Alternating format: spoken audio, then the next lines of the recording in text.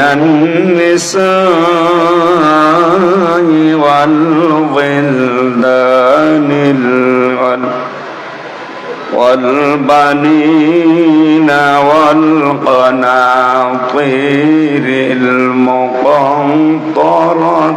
من الذهب والفضة والخيل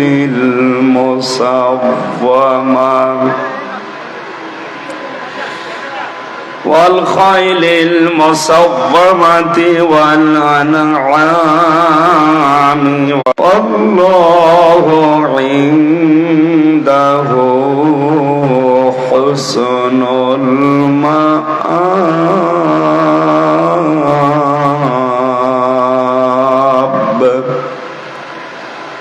صدقت يا ربنا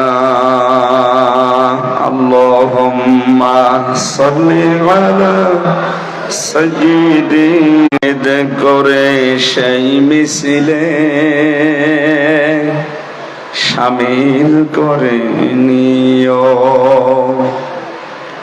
যে মিছিলের নেতা আমির হামজা খবায়েব খাবাব খোদার ছিল যারা অতি প্রিয় শামিল করে নিও আলহামদুলিল্লাহ। চট্টগ্রাম জেলার সাতকানিয়া থানার অন্তর্গত মাদারসা যুব উন্নয়ন পরিষদের উদ্যোগে একদিন ব্যাপী পঞ্চম বাৎসরিক ঐতিহাসিক তাফসিরুল কোরআন মাহফিলের স্বনামধন্য সভাপতি বিশিষ্ট ব্যবসায়ী ও সমাজসেবক আলহাজ আবুল হাশেম সওদাগর, সম্মানিত আহ্বায়ক মামা মিনহাজুর রহমান, আমন্ত্রিত ওলামা ইকরাম, ওয়ারফা'না লাকা যিকরাক, সম্মানিত ওলামা ইকরামের সম্মান মর্যাদা আরো কামনা করছে আল্লাহ যেন দান করেন, বলেন আমিন। সামনে বসা মুসলমান ভাইরা, পর্দার আড়ালের সম্মানিতা মা এবং বোনেরা, প্রশাসনের ভাইরা, প্রাণ প্রিয় চট্টগ্রামবাসী, দল মত নির্বিশেষে কোরআনের এই অনুষ্ঠানে যারা ইবাদত মনে করে এসেছি, খুশি হয়ে বলছি আলহামদুলিল্লাহ। ওনার সর্বোচ্চ অনুষ্ঠানগুলো আমরা পেয়েছি রাত 10টা, 10:30টায় শেষ হয়ে যেত। আপনারা আবার কোন জামানায় আসলেন আমি তো জানি না, এখন বাজে রাত 12টা 4। একটা কথা হলো, দাওয়াত নেওয়ার সময় আমার খাতায় বললেন যে রাত 10টায় তুলবেন, 11:30 12টায় শেষ। এখন তো শেষ হয়ে যাওয়ার কথা। যাদের নাম দেখলাম এখানে, বাংলাদেশের পতিতযশা আলেমে দিন যারা, শায়েখ আহমদুল্লাহ, মাওলানা আবুল কালামের জন্য রেখেছেন একেবারে শেষে। এখন তো ঘুমানোর সময়। নবী জানিয়েছেন এশার নামাজ পড়ে গুরুত্বপূর্ণ কোনো কাজ না থাকলে তাড়াতাড়ি ঘুমিয়ে পড়ো, শেষ রাতের দিকে ওঠো, তাহাজ্জুদের সেজদায় পড়ে মনের কথাগুলো বলো। পৃথিবীর সবচাইতে মজাদার বিষয় তাহাজ্জুদের সেজদা। আমি 3টা বছর জেলখানায় ছিলাম, কিছুদিন আগে বের হয়েছি, আপনারা জানেন। আনন্দ লাগতো বেশি। ওই নিয়মটা এখন তো আমরা পাল্টিয়ে ফেলবো। এখন বাজে 12টা, কিছু কথা বলে মোনাজাত করতে বাজবে 1টা। আপনি বাড়ি যেয়ে ঘুমাবেন রাত 2টা 3টায়, উঠবেন কখন? ফজরের নামাজ শেষ পর্যন্ত কাজা হয়ে যাবে। মেহমান করে যখন সেই কুষ্টিয়া থেকে পর্যন্ত নিয়ে আসলেন, চট্টগ্রাম সহ বাংলাদেশের 64 জেলার যারা কোরআনে কারিমের পাগল মুসলমান যারা, তাদেরকে বলবো এই অনুষ্ঠানগুলো কোরআনের পাখি যেভাবে করতেন ওইভাবে আপনারা। 3 বছর জেলখানায় কি খেয়েছি আল্লাহ জানে, আর আমরা জানি। ভেতরের অবস্থা তো ভালো না, এরপরও যদি এইভাবে আপনারা কথা ঠিক না রাখেন, যে গরু দিয়ে চাষ করে খাবেন ও গরুই যদি মরে যায় তো কি দিয়ে চাষ করবেন? আমার এইভাবে কষ্ট দিলে আমি তো আর লাস্টিং করবো না, কিছুদিন পরে পটল তোলা লাগবে। এখানে আশা করছি এগুলো আর করবেন না আগামী থেকে, জানো আপনারা নিজের কথায় নিজে কিন্তু ধরা খাবেন। এই জন্য জোরে বলার দরকার নেই, আস্তে করে বলেন। কি বলে জানো না, ওটা আর বলার দরকার নেই। আগামীতে আমি আবার বলছি, এটা করবেন না ভাই, সবার কষ্ট হবে। আমাদের সবার কর্মজীবন আছে। এই অধ্যাপক মঞ্জুর সাহেব, উনি একটা কলেজের অধ্যাপক, মিলে কালকেও ক্লাসে ঘুমাবে, ওনার বেতন হালাল হবে? আশা করছি এগুলো বন্ধ করেন ভাই। এটা যেহেতু রেকর্ড হচ্ছে, এখান থেকে সারা বাংলাদেশের সবাইকে জানাচ্ছি। ভারতে আমার 1-1.5 মাস থাকা লাগে, তাদেরকেও বলছি। দেখি রাত 3টা বাজে বলছে হুজুর চলেন। চলেন মানে যে এখন কেন হুজুর আপনারা আমরা সকাল সকাল তুলছি, যে যদি সকাল হয় তো বিকাল কখন? রাত বাজে এখন 3টা, আরো বছর সকাল সকাল তুলছি, তার মানে ওরা আরো দেরি করে তুলতো না। সবাইকে বলছে এই নিয়ম পাল্টাবেন। এই কারণে এই রোগগুলো দিন যত যাচ্ছে আমাদের বাড়ছে। যারা এতক্ষণ পর্যন্ত সে আসর থেকে কথা বলেছেন আমি দেখতে পাচ্ছি, জোহরের পর থেকে ভালো ভালো সময়গুলো ভাইরা আপনারা নিয়ে নিলেন আর আমারে দিলেন। এইভাবে আপনারা কি কাজটা ঠিক করলেন? ঠিক আছে, তারপরও আমার বড় ভাই সবার জন্য দোয়া করছি। আল্লাহ এদের মর্যাদার সম্মান দুনিয়া আখিরাতে আরো বাড়িয়ে দাও, বলেন আমিন। আমি সম্মান কামনা করেছি আলেমদের। কাদের? বলেন আলেম কারা? পৃথিবীতে যারা জ্ঞান অনুযায়ী আমল করে, নবীজির ভাষায় তারা আলেম। কি কথা বলেন না কেন? জ্ঞান অনুযায়ী আমল করা মানুষ আলেম এখন পৃথিবীতে কম না বেশি? না, দিন দিন আরো হারিয়ে যাচ্ছে। যে কয়জন করতো ওদেরকে আল্লাহ তুলে নিচ্ছে। কথা বলেন না কেন? নবীজি জানিয়েছিলেন ইন্তেকালের আগে যে কিয়ামতের আগে আল্লাহ পাক পৃথিবী থেকে ইলম তুলে নেবে। সাহাবা ইকরাম বললেন কিভাবে? বলেন ইলম ওয়ালা মানুষগুলোকে আল্লাহ তুলে নেওয়ার মাধ্যমে ইলম তুলে নেবে। আপনি তাকান এই কয় বছরের ভেতরে বাহারুল উলুম যারা সবচাইতে বড় জ্ঞানী মানুষ এই বাংলাদেশ সহ বিশ্ব থেকে আল্লাহ তুলে নিয়েছে। এজন্য জ্ঞান অনুযায়ী আমাদের যাদের আমল হচ্ছে না তাদেরকে আমরা আলেম বলিও না, আলেম মনেও করি না। কোরআনে কারীম জানিয়েছে ইন্নাল্লাযীনা ইয়াকতুমুনা মা আনজালাল্লাহু মিনাল কিতাবি ওয়া ইয়াশতারুনা বিহি সামানান কালীলা উলাইকা মা ইয়াকুলুনা ফি বুতুনিহিম ইল্লান নার ولا يكلمهم الله يوم القيامة ولا يزكيهم ولهم عذاب أليم জোরে বলেন আল্লাহু আকবার। সূরা বাকারা 2 নম্বর পারার 5 নম্বর পৃষ্ঠার 3 নম্বর লাইনের 174 নম্বর আয়াতে আছে। তাফসীরে ফি জিলালিল কোরআন সাইয়্যিদ কুতুব এভাবে লিখেছেন, আল্লাহ পাক বলেন নিশ্চয় যে বা যারা একতমনা কাতামা, একতম মানে গোপন করা। এটা মজারে বর্তমান ভবিষ্যৎ, প্রেজেন্ট ফিউচার। এখন যারা করছে, ভবিষ্যৎ বলতে কিয়ামত পর্যন্ত যারা করবে। মান সালাল্লাহু মিনাল কিতাব, আল্লাহ পাক এই কিতাবের ভেতরে যা নাজিল করেছেন সেই কথাগুলো, এটা গোপন দিয়া তোফা বেড়ে যায়। তাদের নজর নিয়াত যেটা ছিল তাদের ওইটা বেড়ে যায়। তাদের যে জায়গা ছিল ওই জায়গা থেকে বাতিলরা আরো উপরে তুলে দেয়। আমার তো মনে হয় আয়াত পড়ার পরে ১৫০০ বছর আগে আল্লাহ যা যা বলেছেন বাংলাদেশে এখন খাপের খাপ, মমতাজের বাপ মিলে কোরআনের যত কথা গোপন করতে পারছে তাদেরকে আজ তত বড় জায়গায় দেওয়া হচ্ছে। তাদের বেতন, নজর নেওয়াজ, হাদিয়া, তোফা সব বেড়ে যাচ্ছে দিন দিন।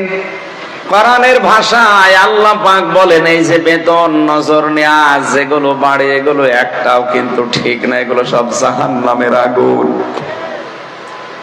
সবচাইতে বড় ক্ষতি হবে ওই মানুষগুলোর সাথে আল্লাহ কিয়ামতে কথা বলবেন না এবং তাদেরকে পবিত্র করবেন না। বলেন নাউজুবিল্লাহ। মুক্ত দরবার, বলেন নাউজুবিল্লাহ। যে দরবারে গেলে রাসূলের 10 বছরের রাজনীতি পাওয়া যায় না, ওটা শয়তানের দরবার। 48,000-এর ভেতরে আমার মনে হয় প্রায় সবই এখন এইটা। অনেকে কথা বলেন না কেন? এই চট্টগ্রামে নেই, এই নাম ধরা লাগবে। এগুলোর দ্বারা আপনি টাকা পয়সা, অর্থ সম্পদ, মদ পদবী, চেয়ার যা কামাই করছেন, আল্লাহর ভাষায় সব জাহান্নামের আগুন। এখন যদি বলেন ওরা জানে না, হ্যাঁ জানে, ওর চাইতে শয়তান আরো বেশি জানতো। এই কথা বলেন না কেন? ওর জ্ঞান আর কতটুকু আছে? শয়তানের জ্ঞান ওর চাইতে 1000 গুণ বেশি ছিল। ও জ্ঞানের উপরে আমল না করার কারণে মারদুদ হয়ে গেছে, শয়তান হয়ে গেছে। আজ বিশ্বে যারা কোরআনে কারিমের জ্ঞান পাওয়ার পরে যারা দুনিয়ার স্বার্থে পেয়ে আমল করে না, ওগুলো শয়তানের চাইতেও খারাপ। কারণ ওর পেটে এখন যা গিয়েছে, এই মাগরিবের পরে খাবার খেয়েছে, ওটা জাহান্নামের আগুন। আপনি বলতে পারেন না, দেখলাম সাগরের মাছ দিয়ে খাবার খেয়েছে। কে বলেছে ওটা সাগরের মাছ? উলাইকা মা ইয়াকুলুনা ফি বুতুনিহিম ইল্লান নার। আল্লাহ বলেন পেটে যা দিয়েছে জাহান্নামের আগুন ছাড়া আর কিছু না। এই আয়াত তো আমি বানালাম। বলেন, আপনি যদি এই কথা শোনার পরে যদি আপনাকে শত্রু মনে করেন, আমাকে না, আপনাকে আমি বাঁচার জন্য বললাম। শয়তান আপনাকে দখল করে ফেলেছে, আপনি টের পাচ্ছেন না। আপনি এখন ফিরে আসেন, ঘর যখন কেটে যাবে তখন টের পাবেন। অধ্যাপক মঞ্জু সাহেব এখন যদি বাড়িতে যাওয়ার পরে ওনার স্ত্রী ওনারে গালি দেয়, শুয়োরের বাচ্চা, আর ভালো লাগবে? এই কথা বলে না কেন? ওনার রাগ হবে না? না রাগ হবে মানে না, রাগ হবে না। ওনার যদি জ্ঞান থাকে উনি চিন্তা করবে, আমার শিক্ষিতা বউ জিনে ধরেছে, ভূতে ধরেছে, পরিতে ধরেছে। আচ্ছা, স্বাভাবিক থাকলে তো আমার গালি দেওয়ার কথা না। কোরআনের কথা শোনার পরে যার চরিত্রের সাথে মিলে যায়, এখন যদি লোকটা আল্লাহর উপরে রাগ না করে হামজার উপরে রাগ করে, বুঝতে হবে ওর স্বাভাবিক নেই, ওরে শয়তান দখল করে ফেলেছে।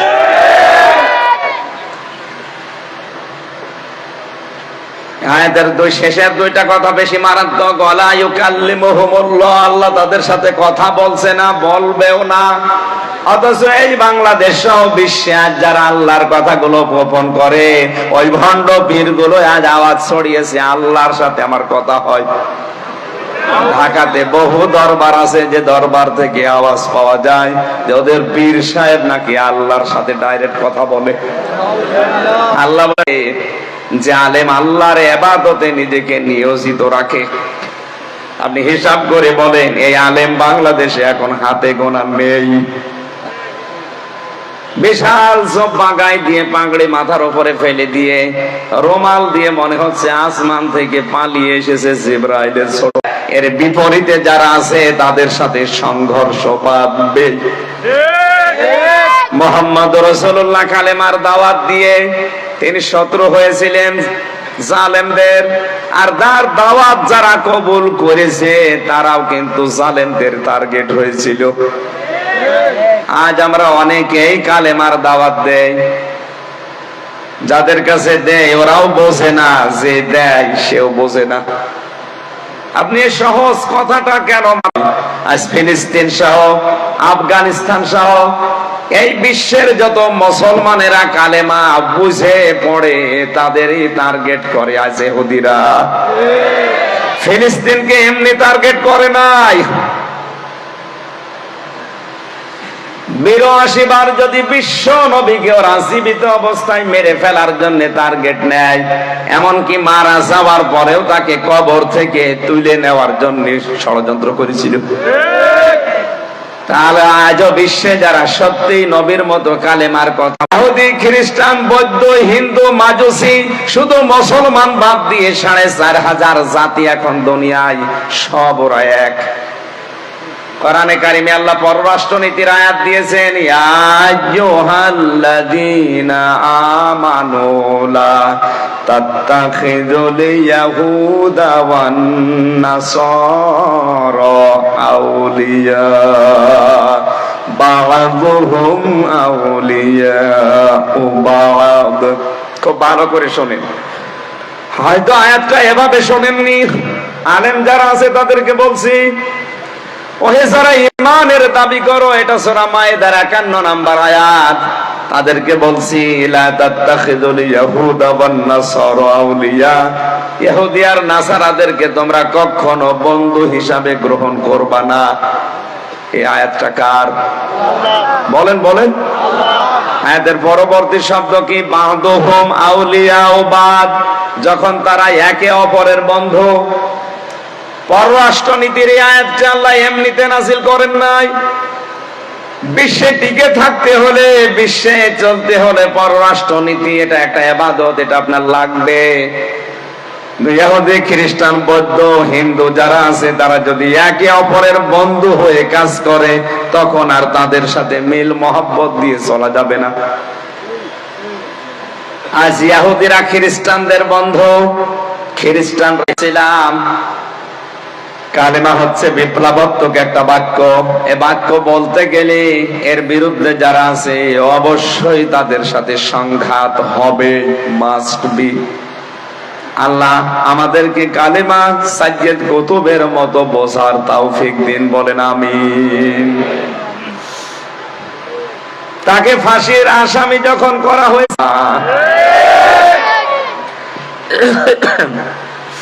এজন্য আমি শেষে আলেমের মর্যাদা কামনা করি না, আমি আলেমদের মর্যাদা কামনা করি। ওই আলেম যে আলেমদেরকে ইমাম তাইমিয়া রহমতুল্লাহ আলাইহি জানিয়েছেন ৩টা জায়গায় পাওয়া যায়।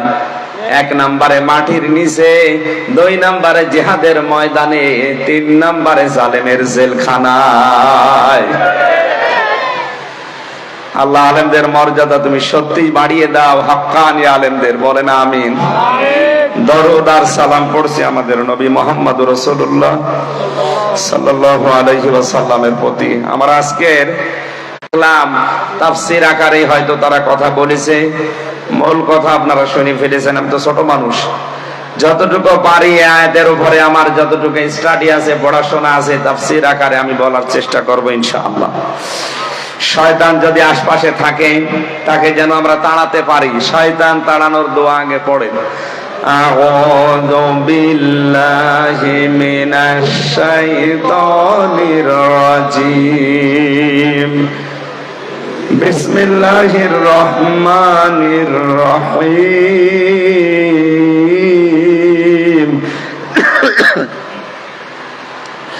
যুয়িনা লিন-নাসি হুব্বুশ শাহাওয়াতি মিনান নিসাই ওয়াল বানিন, ইলা আখিরি আয়াত। কোন সূরা যেন বললাম? সূরা আলে ইমরান। 200টা আয়াত আছে, মাত্র একটা আয়াত পড়েছি, 14 নম্বর আয়াত। 8টা বিষয় আছে আয়াতে। কয়টা? আল্লাহ পাক বলেন আকর্ষণীয় করিয়ে দিয়েছি, শোষণ করে দিয়েছি, মায়া মহব্বত ভালোবাসা তৈরি করে দিয়েছি 8টা জিনিসের উপরে। দুনিয়ায় 8টা জিনিসের মধ্যে মানুষ দুর্বল, এর দিকে মানুষের ঝোঁক, ভালোবাসা, মহব্বত, আকর্ষণ বেশি। চট্টগ্রামবাসী, আপনি এবার নিজের সাথে মিলাবেন আপনার এই 8টা জিনিসের প্রতি ভালোবাসা আছে কিনা। আর আয়াতের শেষ কথা আল্লাহ আমাদের কি জানাতে চেয়েছেন? 1 নম্বরে পৃথিবীর মানুষের ভালোবাসা, আকর্ষণ আমি আল্লাহ তৈরি করে দিয়েছি তার স্ত্রীর প্রতি। কার প্রতি? আরো জোরে বলেন। বিশ্বনবী জানিয়েছেন আমার কাছে তিনটা জিনিস ভালো লাগে, পছন্দ হয়। 1 নম্বরে সুগন্ধি, 2 নম্বরে নামাজ, আর 3 নম্বরে আমার নিজের স্ত্রী। কার স্ত্রী? এখানে যারা বসে আছি আমাদের কাছে ওই স্ত্রী ভালো লাগে, কিন্তু নিজেরটা বাদ দিয়ে অন্যেরটা। মানে নিজেরটা বাদ দিয়ে অন্যেরটা ভালো লাগে। এই কারণে আজ বাংলাদেশে পরকীয়া প্রেম।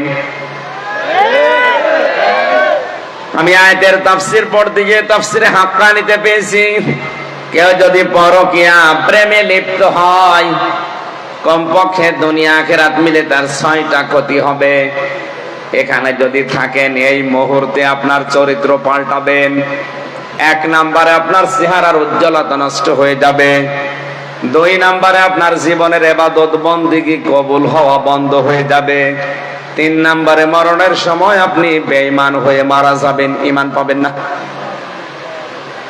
এই যে এত বড় কঠিন কঠিন কথাগুলো বললাম, এবার আল্লাহকে সাক্ষী রেখে হাত তুলে বলেন তো পরকীয়া প্রেমে লিপ্ত আছেন কারা?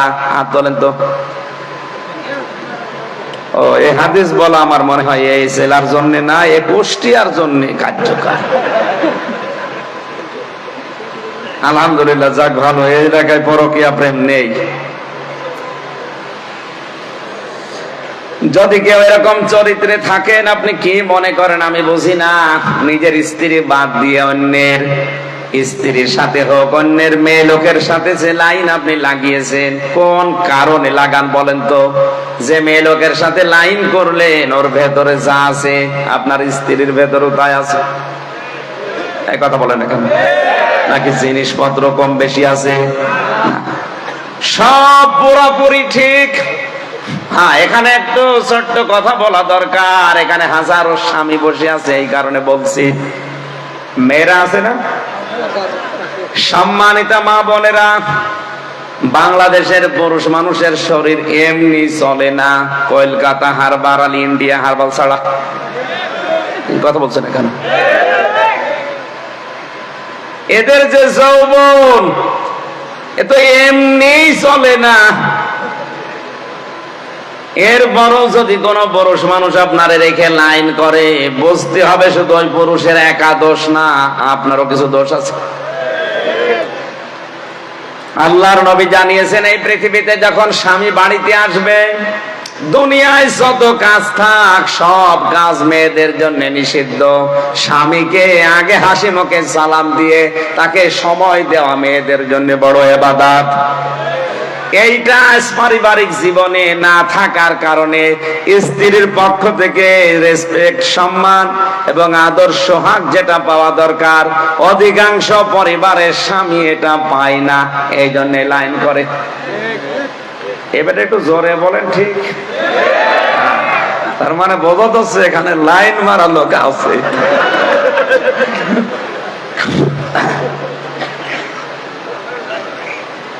আল্লাহর নবী জানিয়েছেন পৃথিবীতে আমার কাছে স্ত্রী ভালো লাগতো, আমাদের কাছেও ভালো লাগছে, কিন্তু স্ত্রী তৈরি হওয়ার আগে যে 4টা বিষয় খেয়াল করা দরকার, এখানে অধিকাংশ মানুষ ওগুলো খেয়াল করছি না।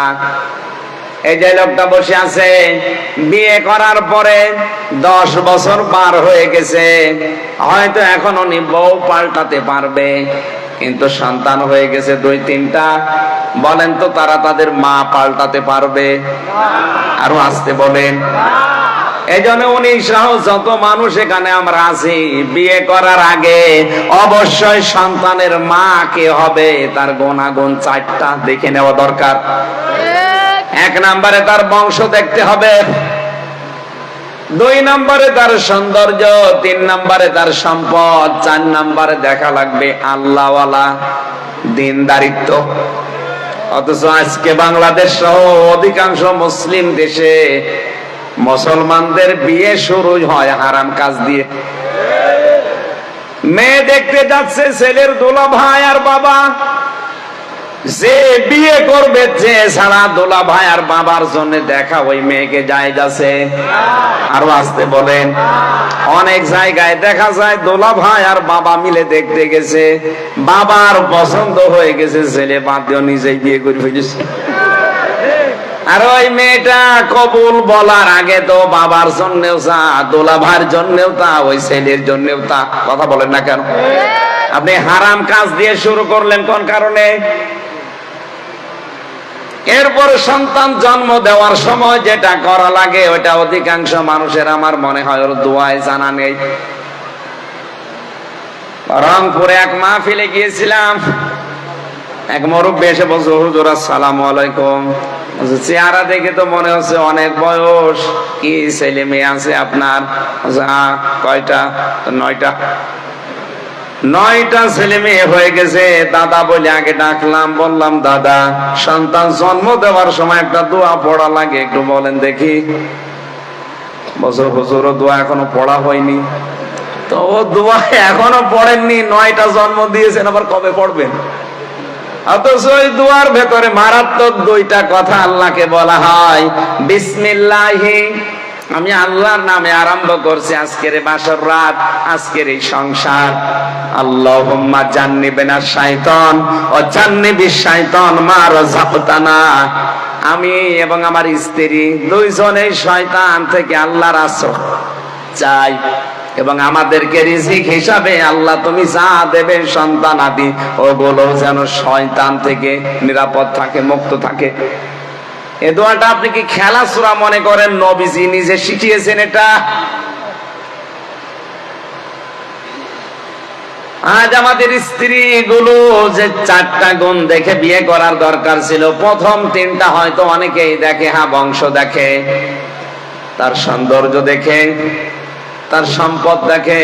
4 নাম্বার যেটা না দেখলে হবেই না, সেইটা আমার দেখার ভেতরে নেই।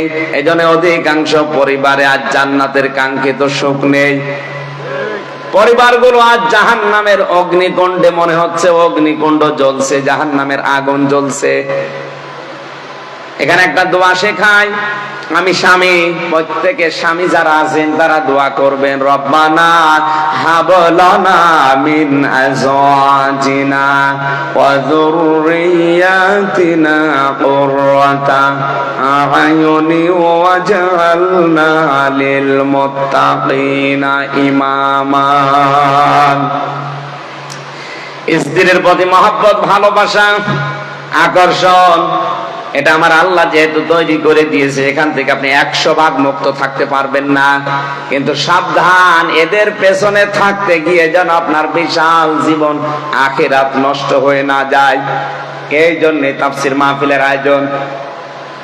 সূরা মুনাফিকুনের 9 নাম্বার আয়াতে আমার আল্লাহ আমাদেরকে সতর্ক করছেন ভালোবেসে, ইয়া আইয়ুহাল্লাযীনা আমানু লা তুলহিকুম আমওয়ালুকুম ওয়ালা আওলাদুকুম আন যিকরিল্লাহ ওয়া মান ইয়াফআল যালিকা ফাউলাইকা হুমুল খাসিরুন। ওহে যারা ঈমানের দাবি করো, আমি তাফসীরে আয়াতটা পড়তে গিয়ে দেখেছি 89 বার কোরআনে আল্লাহ এই শব্দটা দিয়েছেন। কতবার? 89 বার। মুফাসসির লিখেছেন আল্লাহ পাক যখন এই আয়াত দিয়ে মানুষকে ডাকেন, বিশেষ করে ঈমানদারকে, তখন তার কুদরতি হাত এভাবে উঁচা করে ডাকেন, ইয়া আইয়ুহাল্লাযীনা আমানু। জোরে বলেন সুবহানাল্লাহ। ডাক দেন মায়া দিয়ে, মহব্বত দিয়ে। লা তুলহিকুম আমওয়ালুকুম ওয়ালা আওলাদুকুম, হালাক হয়ে যেও না, গাফেল হয়ে যেও না, উদাসীন হয়ে যেও না, ধ্বংস হয়ে যেও না। তোমাদের সম্পদ আদি আর সন্তান আদির পেছনে পড়ে আমি আল্লাহর জিকির থেকে, এখানে আন জিকিরিল্লাহ, আই আন আমরিল্লাহ, আল্লাহর আদেশ থেকে।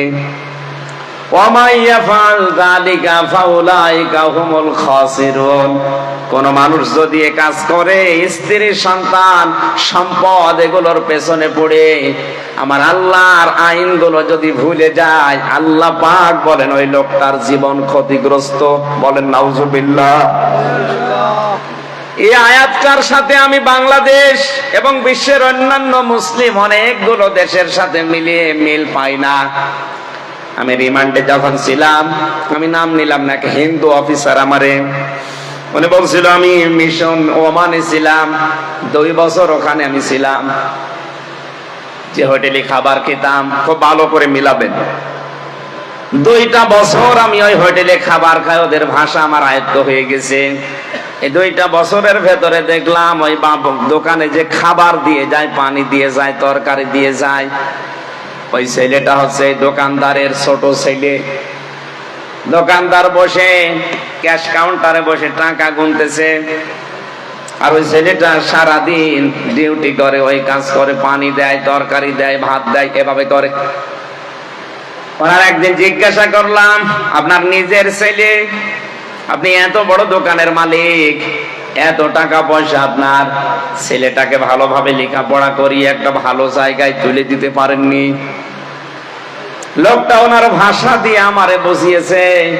কোরআনের একটা আয়াত পড়ে, সূরা তাগাবুনের 14 নম্বর 15 নম্বর আয়াত, ইয়া আইয়ুহাল্লাযীনা আমানু ইন্না মিন আযওয়াজিকুম ওয়া আওলাদিকুম আদুওয়াল লাকুম ফাহযারুহুম, ইলা আখির আয়াত। আমি সহ এখানে যত মানুষ বসে আছি সবার জন্য ওই হিন্দু অফিসারের কথাটা মনের ভেতরে লাগবে, আপনি ভালো করে শোনেন। উনি আমারে বলছিলেন, ওই যে ওমানের ওই দোকানদার আমাকে বলছে, আপনি কোন দেশে বাড়ি আমি জানি না, আপনি জাতিতে কি আমি তাও জানি না, কোরআনের যে আয়াত পড়লাম আপনি কি বুঝেছেন? ও হিন্দু বেটা, ওর কোরআনের অনেকগুলো আয়াত দেখলাম ওর মুখস্থ আছে, আমি তো নিজে হাফেজ। ও যে সমস্ত আয়াতগুলো বলছিল আমি থ হয়ে গেছি, রিমান্ডে কি বলে, এটা হিন্দু মানুষ। আমার তো মনে হয় যতগুলো আয়াত আমার সামনে এই 10 দিন রিমান্ডে পড়েছে, ওর প্রায় 2-3 পারা কোরআন মুখস্থ হয়ে আছে।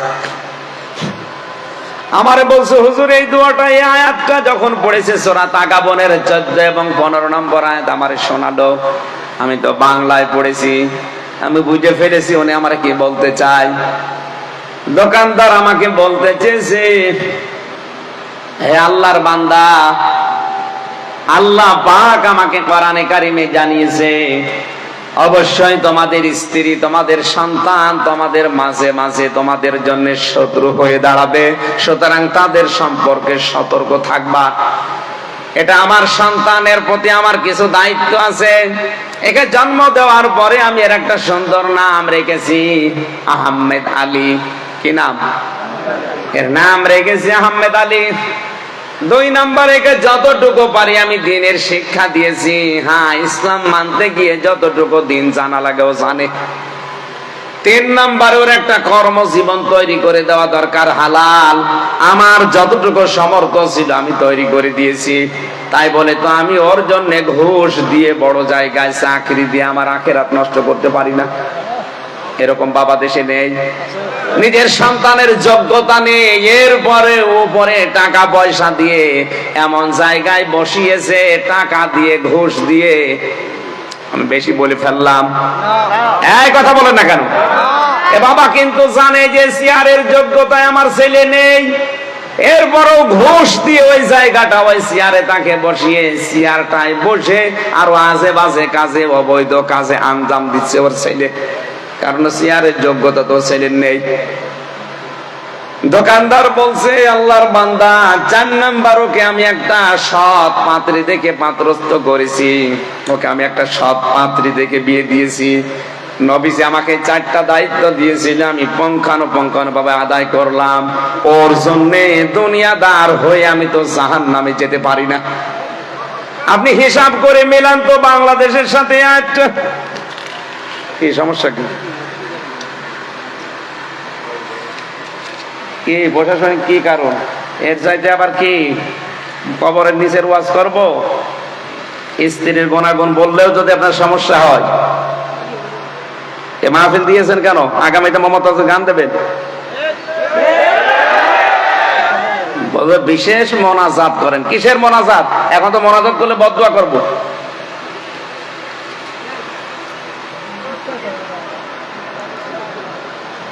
খেলা করার জন্য নিয়ে এসেছে।